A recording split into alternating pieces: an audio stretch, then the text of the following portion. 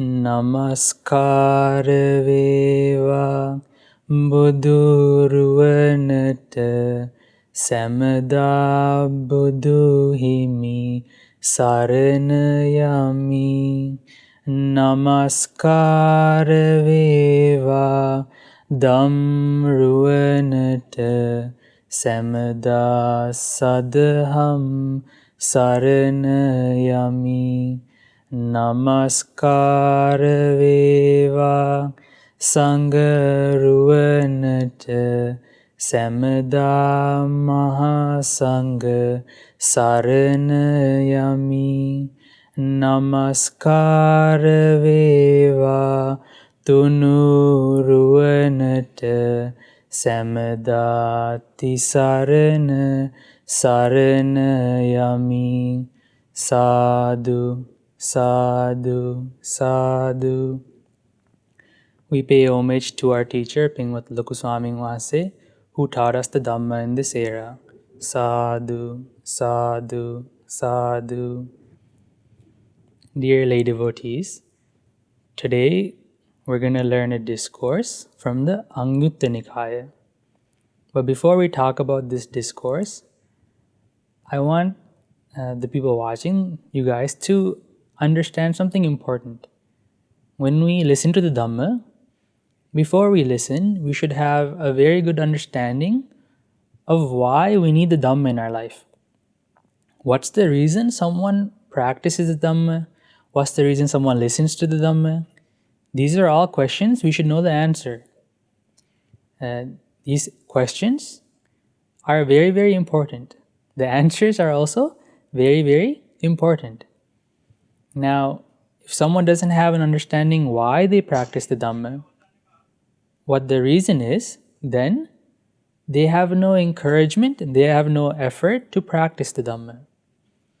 So the Supreme Buddha taught that this Dhamma is therefore as an answer to the question of aging, sickness, and death.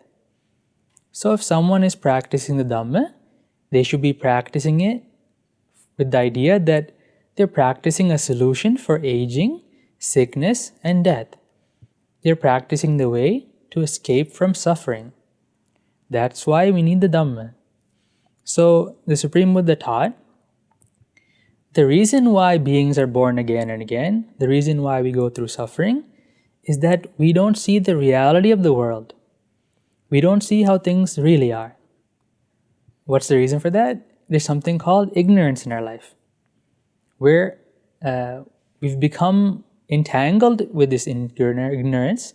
We've become overcome by it, so we can't see the reality. The Supreme Buddha taught that if someone wants to see the way things really are, then we need to have a concentrated mind. That means we need some sort of samadhi in order to see the reality of things. Now, when I say the reality of things, I mean that we see impermanence as impermanence. We see something foul as foul. We see something that doesn't have a self as not having a self. So when we learn the Dhamma, we realize that someone needs something called samma samadhi, or right concentration. Now, today's discourse is not going to be about that, but we need to realize that we have a final step that we need to achieve. We have a path, and there are end goals, and there are goals that are close to us. So samma samadhi is something far away. It's near the very end. Before that, there's lots of things that we need to fulfill. And the Supreme Buddha teaches us that there are certain things that we must do before we come to that. And one thing we have to understand is that the Supreme Buddha's Dhamma is a Dhamma of cause and effect. That means if someone creates a cause, then the effect will arise. So if someone wants to achieve samma samadhi, if he wants to achieve right concentration, then there are certain causes that he needs to develop. If he develops these causes, then he can achieve samma samadhi. Now in this discourse, again, which is found in the Angyutta Nikaya, in the Book of Fives, This sutta is called irreverent. Now in this discourse, the Supreme Buddha teaches that it's impossible for someone to understand, for someone to achieve Samma Samadhi unless they have virtue. So that means one of the causes to achieve Samma Samadhi or right concentration is virtue. Then the Supreme Buddha taught, now I might list some things in this discourse. There are some words that we might not understand, but that's okay. I'll explain the very, very beginning. So the Supreme Buddha teaches that if someone wants to have virtue, then it's impossible for him to fulfill it if he doesn't have something called the factor of trainee. If he doesn't have this, he can't fulfill virtue. Then the Supreme Buddha teaches he can't fulfill the factor of trainee if someone doesn't have the factor of proper conduct. So he can't ever achieve a factor of trainee. That means he can't achieve virtue. That means he can't achieve Samma Samadhi without something called the factor of proper conduct. Then the Supreme Buddha teaches it's impossible for someone to achieve any of these if they don't have respect and obedience. So then we understand that our first step in practicing the Dhamma is coming to respect and obedience. Now, what does that mean? So, who are the people or the things that we need to respect? First, we need to have respect and obedience for the Buddha, for the Dhamma, and for the Sangha. But the Supreme Buddha also mentions here that we also need respect and obedience for the people and the beings around us. So, respect and obedience leads to fulfilling the factor of proper conduct. Now, the factor of proper conduct means loving kindness by body, loving kindness by speech, and loving kindness by mind. If you have difficulty remembering, it's good to write these down. So if someone has respect and obedience, we know then one of the signs that they have it is that they have loving kindness by body, speech, and mind. Now, there's 5 important parts in the sutta, but I want to focus on the very beginning. Why is that? We said the Supreme Buddha's Dhamma is a Dhamma of cause and effect. If someone creates the cause, then the effect will arise. So if someone has a very strong foundation, creates these very first few topics, very first few points, then the rest will arise like a chain reaction. So today I want to teach you mainly about these first 2 points, which is that if someone has respect and obedience, they get the factor of proper conduct, which means loving kindness by body, speech, and mind. Now, I want you to imagine your mother for a second. If your mother has passed away, then try to imagine a time when you were younger. Now, when most people recall their mother, they get a pleasant feeling. And they recall qualities like, my mother raised me, my mother fed me, my mother took me to school, my mother took care of me when I was sick. And when we think in this way, our mother is very, very pleasant to us. And then when our mom asks for help, we feel like helping her. When our mom talks to us, we feel like talking to her. So at that moment, we have respect and obedience for our mother. And how does that show? It shows that we have loving kindness by body, loving kindness by speech, and loving kindness by mind. Now I want you to imagine a time when your mother yelled at you, completely scolded you. Now when we recall our mother, it's not that pleasant anymore. We're angry with her. And the thoughts that come to our mind now is, my mom is never on my side. My mom is always against me. My mom never wants what I want. And then when our mom wants to talk to us, maybe we ignore her and walk away like we didn't hear her. If our mom asks for help, maybe we don't feel like helping her. Our mind doesn't incline to help her. So at that moment, what did we lose? We lost respect and obedience for our mother, which in turn made us lose loving kindness by body, speech, and mind. Why? When our mom asked for help, we didn't feel like helping her. No loving kindness by body. When our mom talked to us, we didn't feel like talking to her. No loving kindness by speech. And then when we recollected our mother, it wasn't pleasant anymore. Maybe we were angry with her. No loving kindness by mind. So we can understand that in the first scenario, what were we thinking of? We were thinking our mother raised us. Our mother took us to school. Our mother fed us. What are those? We were recollecting good qualities. When we recollected good qualities, we gained respect and obedience. When we gained respect and obedience, we gained loving kindness by body, speech, and mind. Then in the second scenario, we were thinking about a time when our mother yelled at us. Then what happened? Then our mind was overcome by a defilement called makka, which means erasing good qualities. What happened? We forgot all the good things that our mother did for us, and all we were able to think was, my mother is never on our side. My mother doesn't want what I want. My mother is against me. We recollected her bad qualities. As we did that, our respect and obedience wasn't there. Because of that, we lost loving kindness by body, speech, and mind. Now I'll give you another example. Imagine, I want you to think about a butterfly. Now, most people, when they think about a butterfly, they think harmless, innocent, beautiful. And then now I want you to think about a mosquito. Now, when most people think about a mosquito, they think annoying, bothersome, harmful. And now ask yourself, have I ever intentionally killed a butterfly? Most people haven't. And then ask yourself, have I ever intentionally killed a mosquito? Most people have. So why is there a difference there?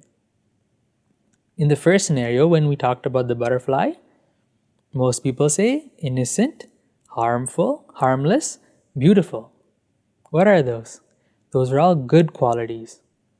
When we recollected good qualities, we gained respect and obedience even for a butterfly, which in turn led to loving kindness by body, speech, and mind. We didn't kill that butterfly. When we talk about the qualities, we say good things.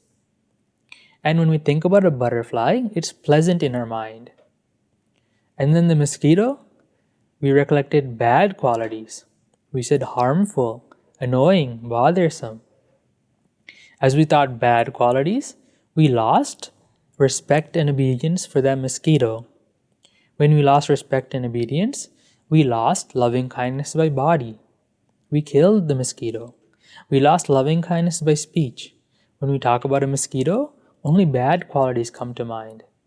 And we lost loving kindness by mind. When we think about a mosquito, most of the time it's unpleasant. So then we can see that in order to come to the first step, which is respect and obedience, there's something very, very important that we have to do, which is reflecting on the good qualities of others. As we reflect on the good qualities, then we're able to come to loving kindness by body, speech, and mind. Why? Because we achieve respect and obedience. Now think about someone you dislike. Most people, instantly what comes to their mind? Bad qualities. That person talks too much. That person's too loud. That person's annoying. Instantly our mind comes up with all these bad qualities. Then think about someone you like. And oftentimes, you'll only remember good qualities. So that person you dislike, we dislike them because we're reflecting on their bad qualities. And the person we like them because we're reflecting on their good qualities.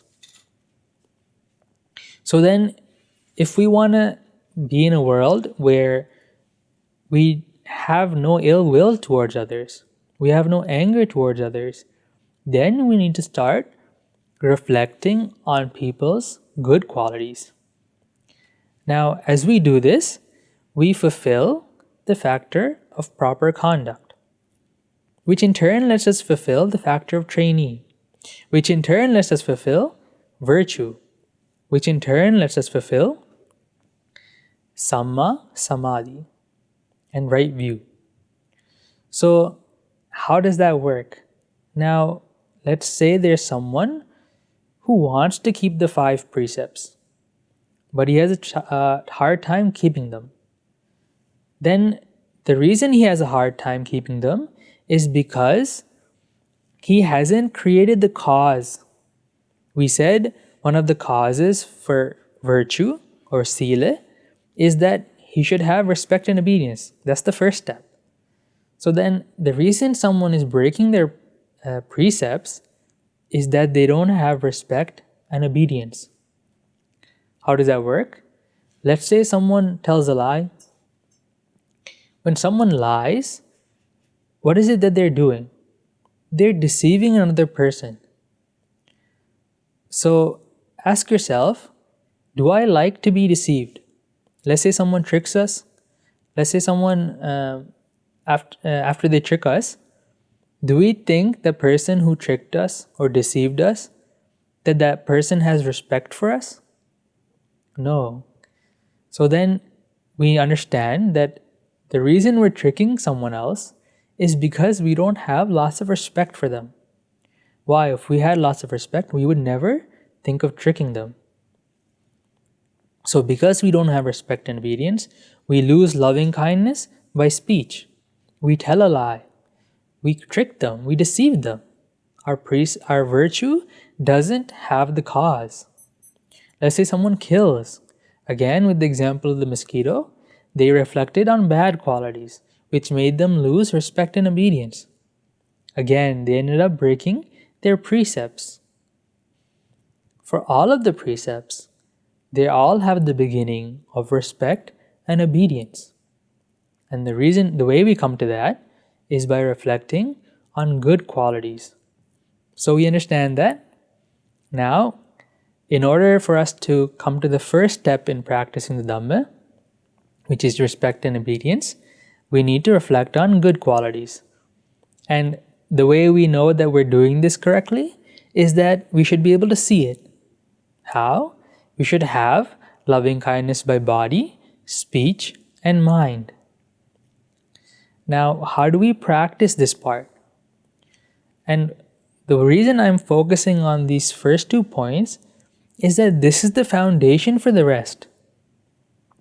When people build houses, when people build buildings, what's the most important part? The most important part is the foundation. That's what everything else stands on top of. If the foundation is rocky, then the top is also rocky. So if we have a strong foundation, then the rest can come. Why? Because this is cause and effect. When we create the cause at the bottom, as a chain reaction, the top comes.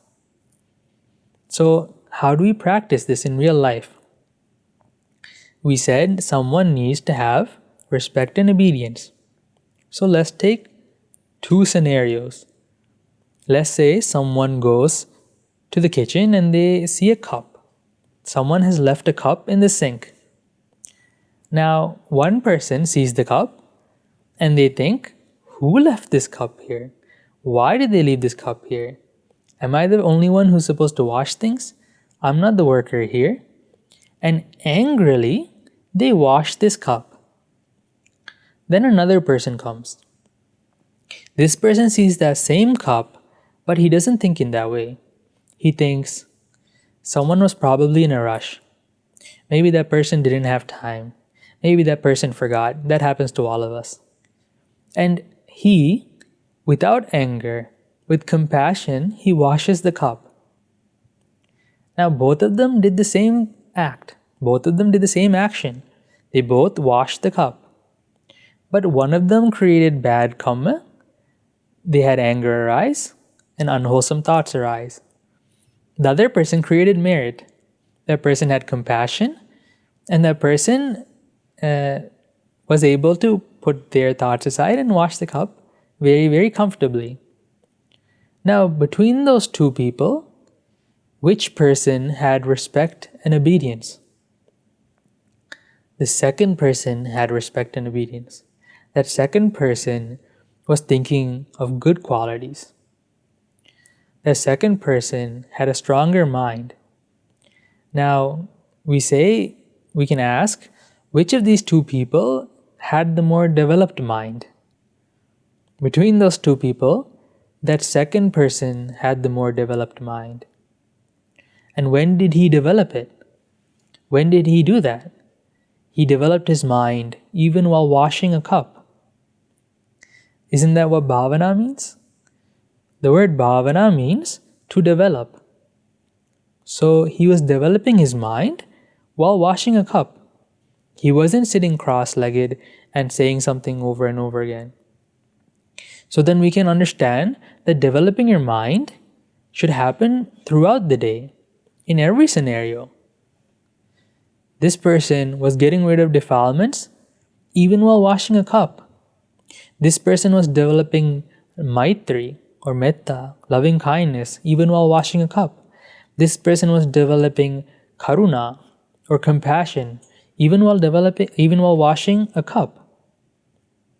So this we can see the beginning, the foundation. This helps us to cover all of these points, to help us to come to samma samadhi.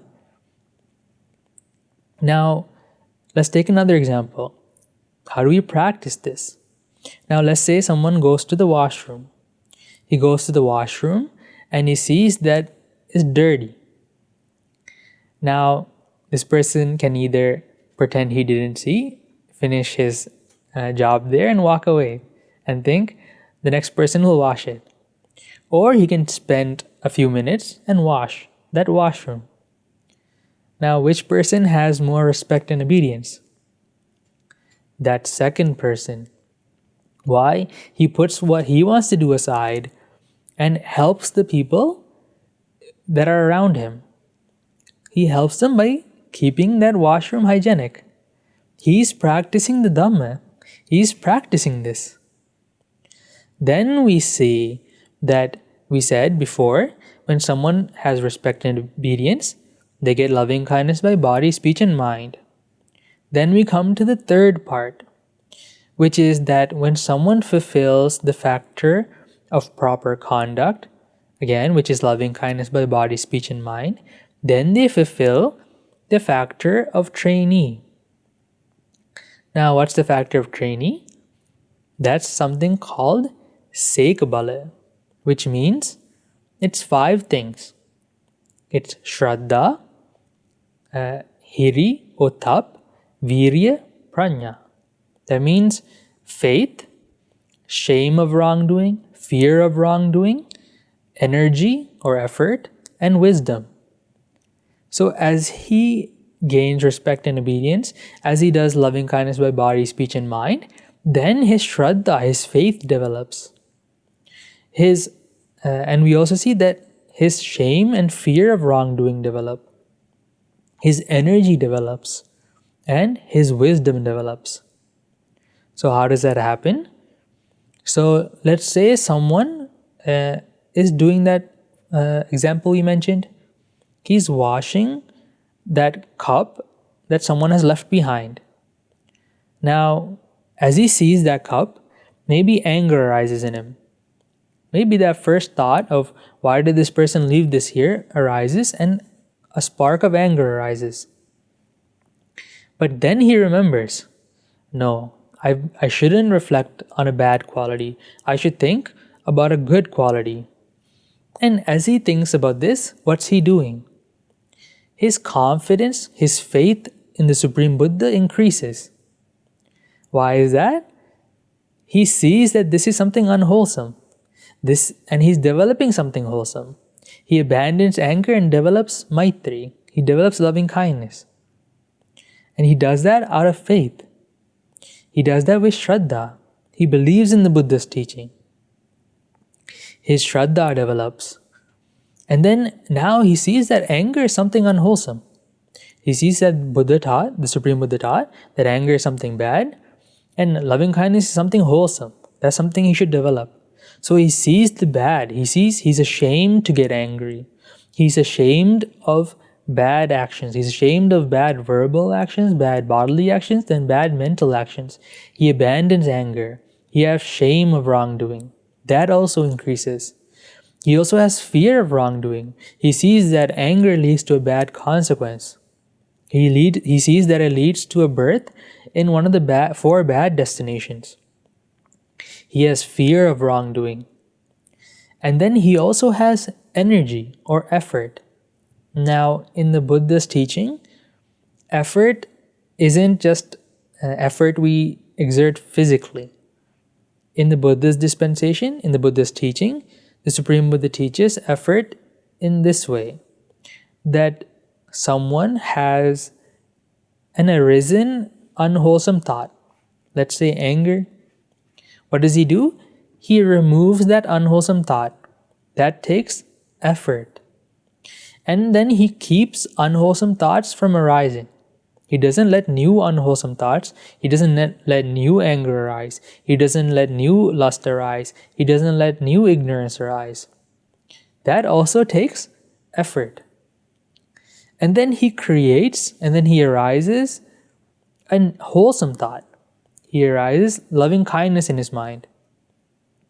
And then that also takes effort.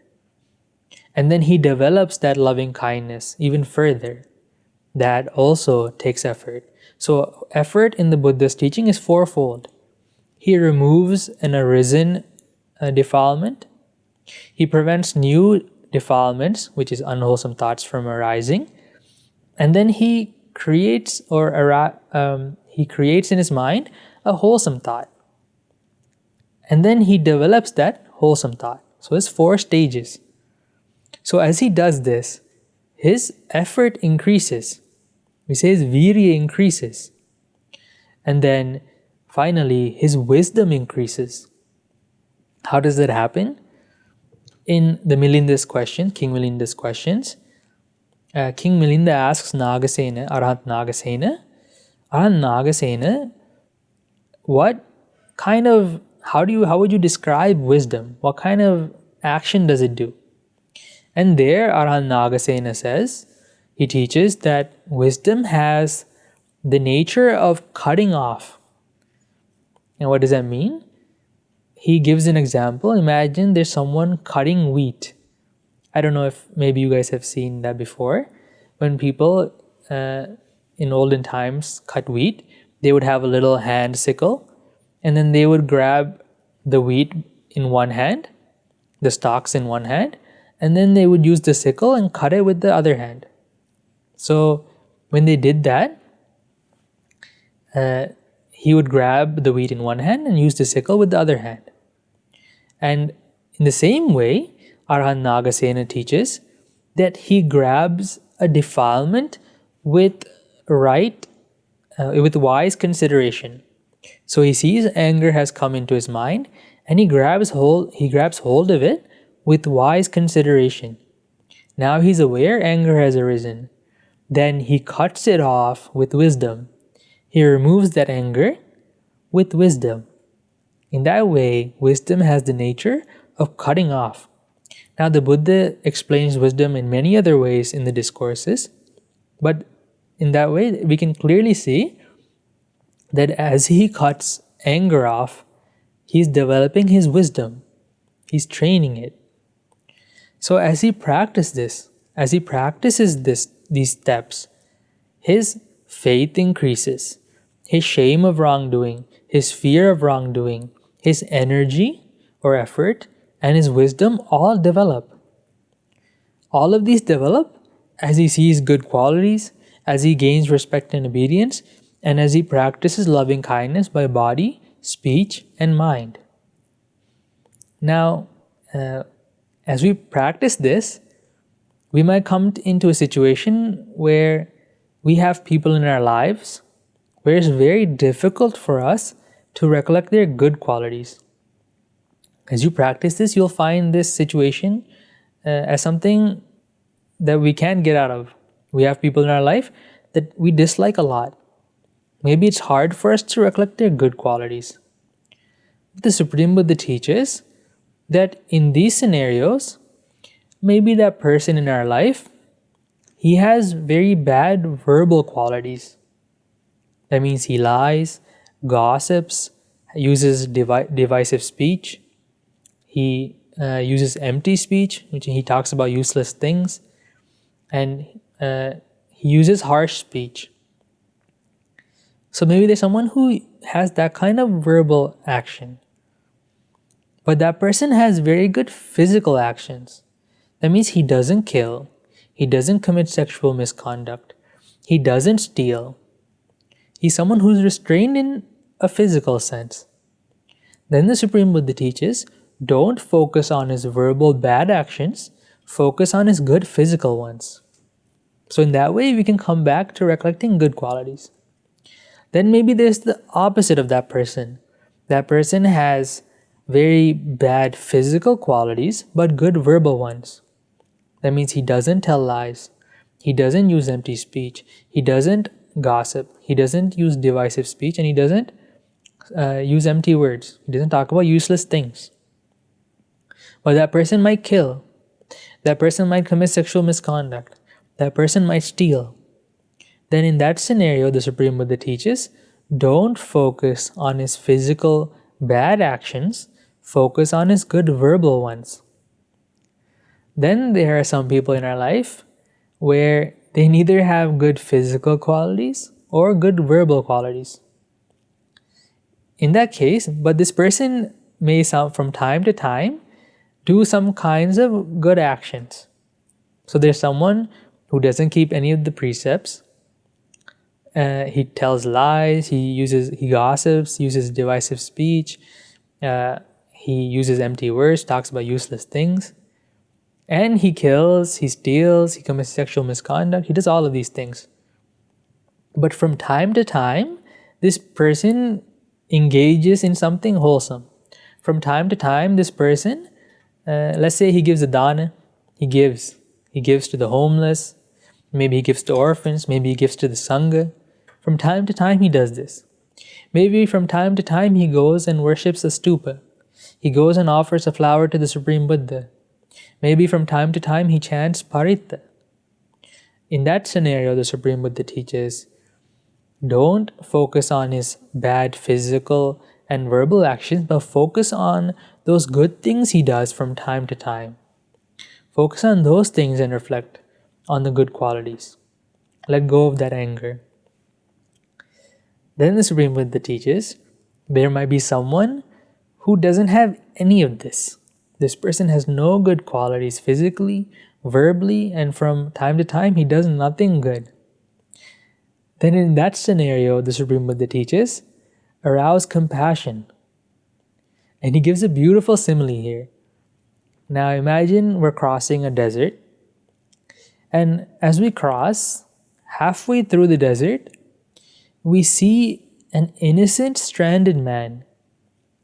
We see this man is severely sick.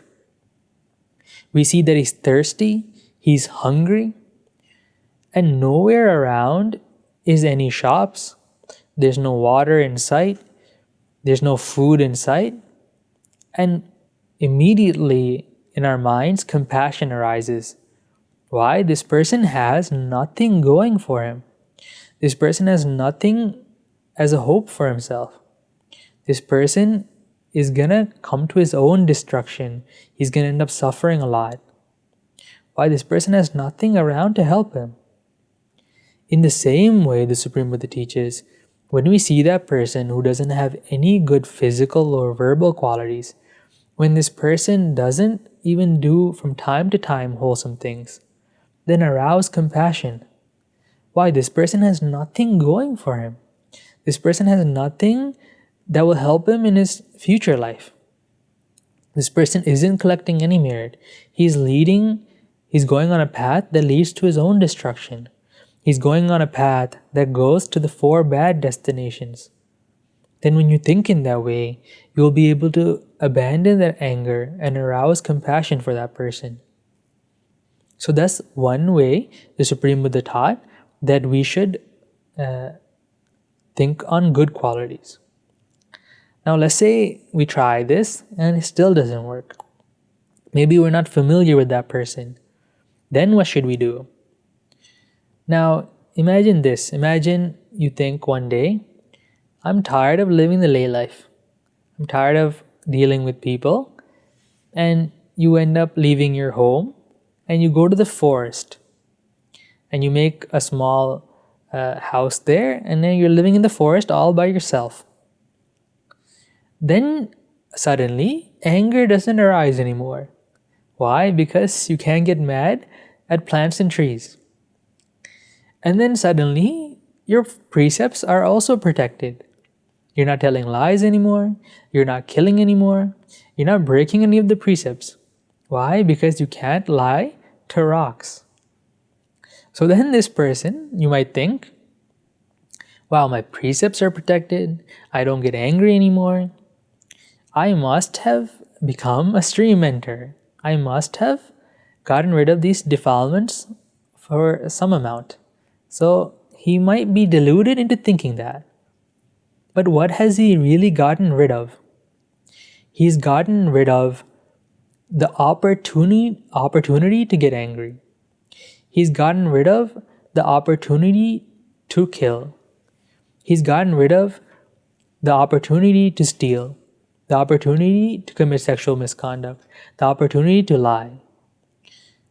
So when we live in this world with society, we meet all kinds of people that show us, that make us angry. But those people, when they do that, they're helping us see that we have a defilement still within us. They're showing us that we have something to solve still. They're showing us the problem. So they're helping us really. Why? They're showing us that we have anger within ourselves. They're showing us we have lust within ourselves. They're showing us we have ignorance within ourselves. Now, is it suitable to get angry with someone who's helped us? Is it suitable for us to reflect on the bad qualities of a person like that? No. Or they've helped us. They've shown us that there's something still to solve. With that, in that way, when you ask yourself this, when you reflect in this way, then you're able to reflect the good qualities of anyone. Maybe you're driving and someone cuts you off. Now a normal person, what does he do? He stays in the car and he yells at that person. Who gave this person a license? Who allowed this person to drive? And we spend the next few minutes of our life yelling and getting angry. But then another person can think, wow, this person showed me that I have anger within myself. And he reflects on that quality. As he reflects on that quality, his anger for that person diminishes. Now, we have no idea who was driving the car, so we don't know what kind of actions he does, verbally, physically, or even from time to time. So in that scenario, as we reflect that this person helped us to see defilements within ourselves, then we can appease our anger in that way. This works for anything, even that mosquito that we don't like. That mosquito, when it comes and buzzes in our ear, it's showing that we have anger within ourselves, when anger arises. So as we see that, even that small tiny mosquito is helping us. Even that small tiny mosquito is helping us develop patience, loving kindness, and compassion. Is it okay to kill something that's helped us so much? Is it okay to get angry at something that's helped us so much? So when the wise person reflects in this way, he abandons his anger. He abandons his ill will towards those beings around him. So as he practices this, he can develop all of those good qualities that we mentioned. So even if someone, when he goes to the bathroom and he thinks, I should wash this, what is he developing there? As he washes that bathroom, he's developing Shraddha, he's developing faith, he has confidence in the Buddhist knowledge. He's also developing fear of wrongdoing, shame of wrongdoing. He's arousing effort to remove defilements in his mind. And he's developing wisdom. All of these develop. So look how powerful this is. As he creates the cause at the very bottom, as he reflects on good qualities, he gains respect and obedience. When he does that, when he does acts of loving kindness by body, speech, and mind, all the things at the top develop. And this is very, very important. So as we practice this, we can see that now we're practicing the Dhamma. We can see it within ourselves. And I want to explain that first portion a bit. Now we say Shraddha develops, which is the first part in the factor of trainee. Now, what does Shraddha mean? Now, let's say maybe some of you have given dana before. You've given alms. Now, ask yourself, what did I gain by giving alms? And most people say we gained merit. But then ask yourself, where is that merit? Where do you see it? The answer is we can't see the merit we gained. Why? When we give alms, we're doing it with confidence in the Buddhist knowledge. Why? Who's the one that taught us to give alms? Who's the one that said, by giving alms you gain tremendous merit? The Supreme Buddha taught us that. So when we give alms, we're giving it with Shraddha. We're giving it with confidence in the Buddhist knowledge. But when someone kills, when someone lies, when someone breaks the precepts, what's happening there? He doesn't have confidence in the Buddhist knowledge. At that moment, as he's telling that lie, as he's killing, he doesn't believe in the consequences of that. His confidence in the Buddhist knowledge doesn't increase. Why? Because what did the Buddha teach? The Buddha taught, you shouldn't kill, you shouldn't tell lies, you shouldn't commit sexual misconduct. He said, keep the precepts. So when someone practices this, he's creating a cause, he's creating the reason why someone can keep the precepts. So if you have a desire to keep the precepts, but you find it difficult, if you have a desire to practice the Dhamma, but you think, I don't have time, I have work, I have responsibilities, then based on this discourse, those shouldn't be answers. Those shouldn't be reasons. Why? What should we focus on?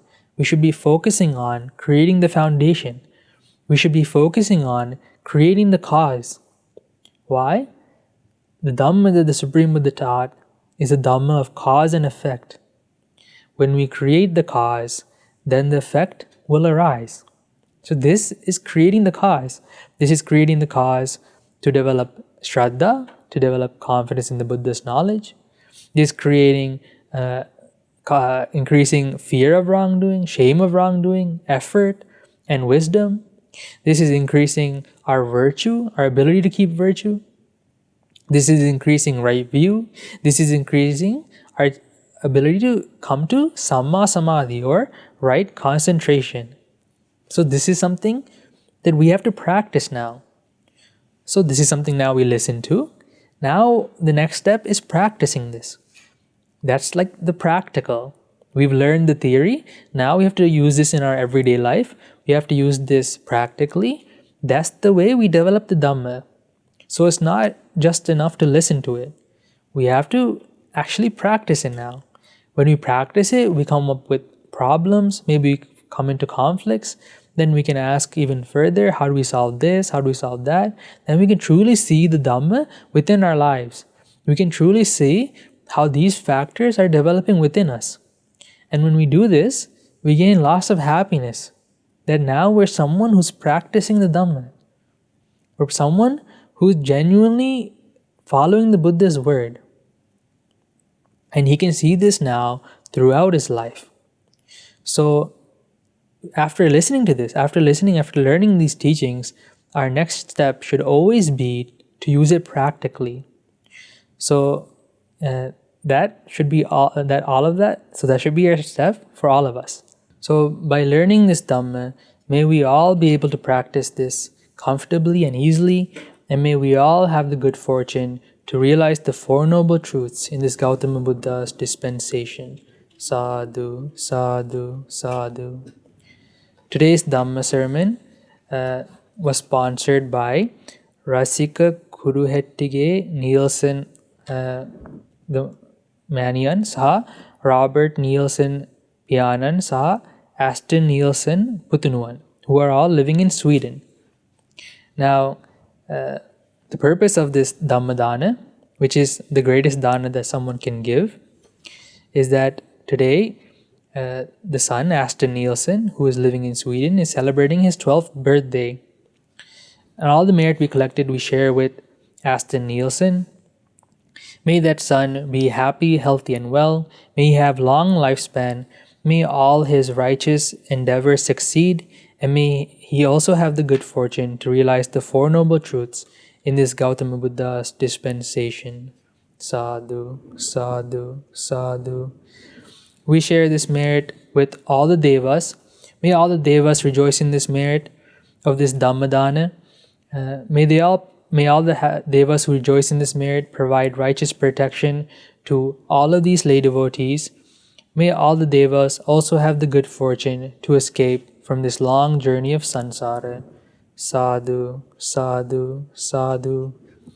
We share this merit with all the departed relatives of Rasika Kuruhettige as well as Robert Nielsen, especially Buddhiga Kuruhettige, who passed away 9 years ago.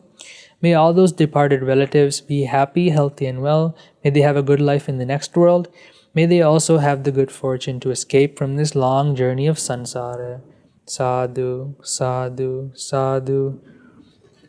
We share this merit with all the people that helped sponsor this Dhammadana, including Sudhira, Kumali, Pamiti, Lakindu, Lajit, Nitum, Menuwan, Damutu, Monasha, Patumi, Hilda, Maltar, who are all living in Sri Lanka and Sweden. May all those people be happy, healthy, and well. May they all have good health and long life. May they also be able to realize the Four Noble Truths in this Gautama Buddha's dispensation. Sadhu, sadhu, sadhu. We share this merit with Disna Ranjani, who is living in Ganemulle. We wish him good health and long life. May he be happy, healthy, and well. May he also have the good fortune to realize the Four Noble Truths in this Gautama Buddha's dispensation.